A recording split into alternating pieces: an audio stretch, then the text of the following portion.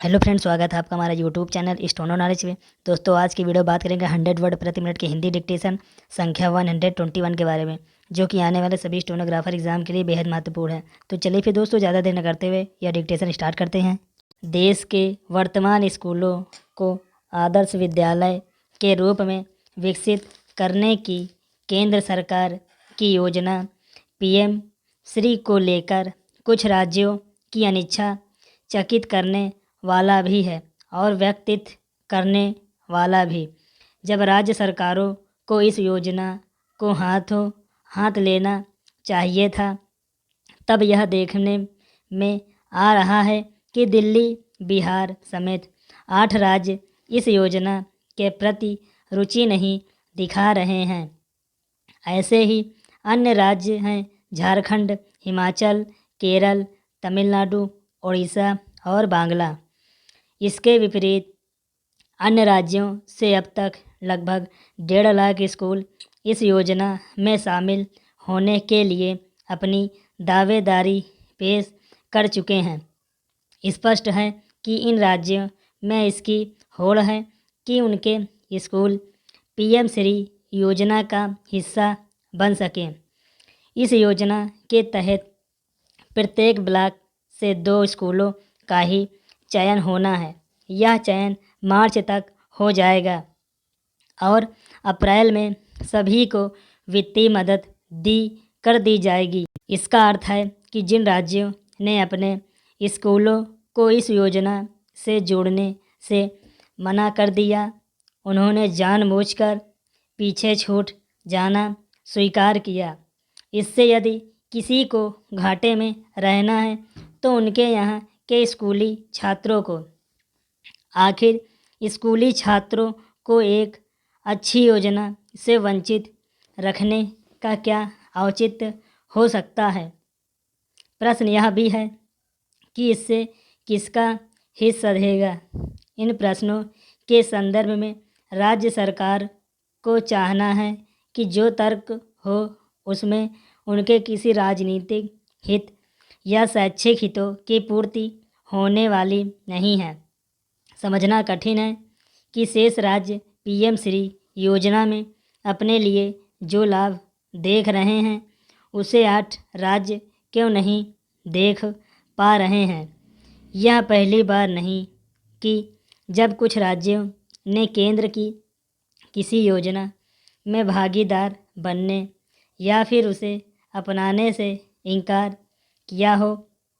इसके पहले कई राज्य सरकारें संकीर्ण राजनीतिक कारणों से केंद्र सरकार की कल्याणकारी योजना से अपनी दूरी बना चुके हैं। इससे यदि किसी की हानि हुई हो तो आम जनता की। इससे विस्मृत नहीं किया जा सकता कि अतीत में कुछ राज्यों ने किस तरह आयुष्मान भारत और किसान सम्मान निधि को अपनाने से इनकार किया है। एक समय तो निर्धन तबको बड़ी राहत देने वाली एक देश एक राशन कार्ड योजना को भी अपनाने में आनाकानी की गई। यह योजना पूरे देश में तभी लागू हो सकी जब सुप्रीम कोर्ट ने आनाकानी करने वाले राज्य सरकारों से सवाल जवाब किए।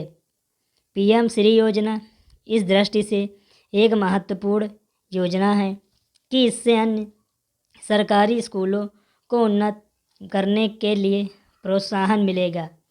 ये स्कूल नई राष्ट्रीय शिक्षा नीति के तहत तैयार किए जाने वाले हैं। ये केवल राष्ट्रीय शिक्षा नीति लागू करने में ही सहायक नहीं होते हैं, बल्कि पठन पाठन के साथ अपनी अन्य गतिविधियों के चलते दूसरे स्कूलों के लिए अनुकरणीय भी बनेंगे। पैराग्राफ। बिजली कंपनियों ने एक बार फिर घाटे के नाम पर घरेलू बिजली उपभोक्ताओं की दरें बढ़ाने का प्रस्ताव किया, लेकिन इसके स्पष्ट तर्क भी सामने रखने चाहिए।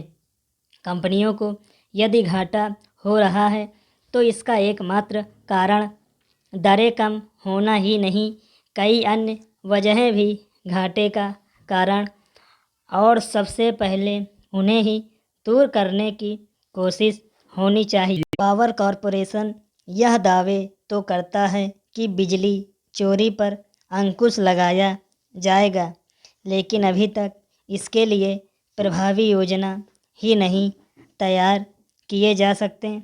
दागी कर्मचारियों को चिन्हित कर उनके खिलाफ कड़ी कार्रवाई से बचने की कोशिश होती रही है। लाइन लॉस भी एक कारण है जिसमें हर हाल में किसी लाए बिना घाटे को कम करना संभव नहीं दिखता। घरेलू बिजली दरों में वृद्धि करना बिजली कंपनियों की अपनी मजदूरी हो सकती है, लेकिन उपभोक्ताओं के हितों का भी ध्यान रखा जाना चाहिए। विशेष तौर पर किसान उपभोक्ताओं की दरें बढ़ाना उनकी समस्याएं बढ़ सकती हैं। इससे कृषि उत्पादों में दाम भी बढ़ेंगे, जिसका असर सभी लोगों पर पड़ेगा। कंपनियों ने 3 साल से बिजली दरें नहीं बढ़ाई, लेकिन यह सत्य है कि ध्यान भी रखना होगा कि उन पर भी उपभोक्ताओं का 25,133 करोड़ रुपए बकाया है। राज्य विद्युत उपभोक्ता परिषद ने इसी आधार पर कंपनियों के प्रस्ताव का विरोध किया और विद्युत नियामक और उद्योग के याचिका दाखिल की।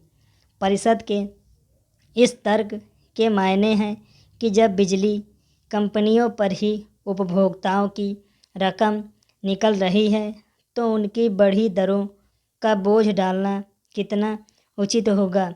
कंपनियों ने घरेलू बिजली दरों में 18 से 23% तक वृद्धि का प्रस्ताव किया है। इसके साथ ही उद्योगों के 16%, कृषि व वाणिज्यिकी के 12 और लाइफलाइन उपभोक्ताओं की 17 दरें प्रतिशत बढ़ाने का प्रस्ताव है। चूँकि अब उपभोक्ताओं भी आयोग की शरण में हैं, इसलिए नियामक आयोग को एक बड़ा फैसला करना होगा जो संवैधानिक और सर्वमान्य हो। निर्णय कुछ भी हो, इसे दोनों पक्षों को ही स्वीकार करना होगा। दोस्तों, अगर आपको हमारी वीडियो अच्छी लगी है तो वीडियो को लाइक करिए और वीडियो को शेयर करिए ताकि लोग ज़्यादा से ज़्यादा हमारी यह वीडियो देख सकें। और दोस्तों, कमेंट करके बताएं कि आपको हमारी वीडियो कैसे लगी और चैनल को सब्सक्राइब करना बिल्कुल भी मत भूलिएगा। So thank you very much दोस्तों।